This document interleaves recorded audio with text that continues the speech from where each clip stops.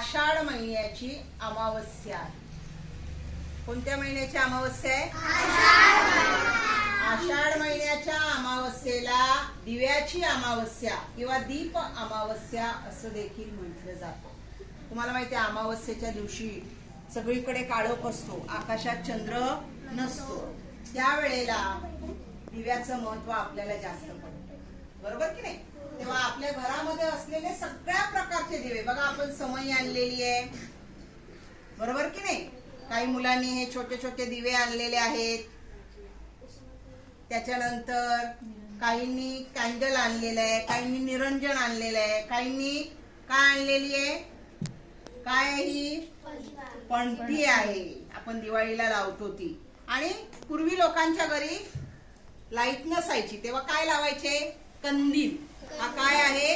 कंदील. तेव्हा आज आपण दिव्याला नमस्कार करणार आहोत.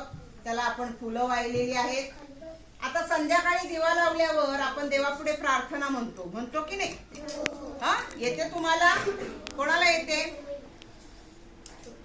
कोणाला येते? कोणालाच येत नाही. ठीक आहे. हा बस.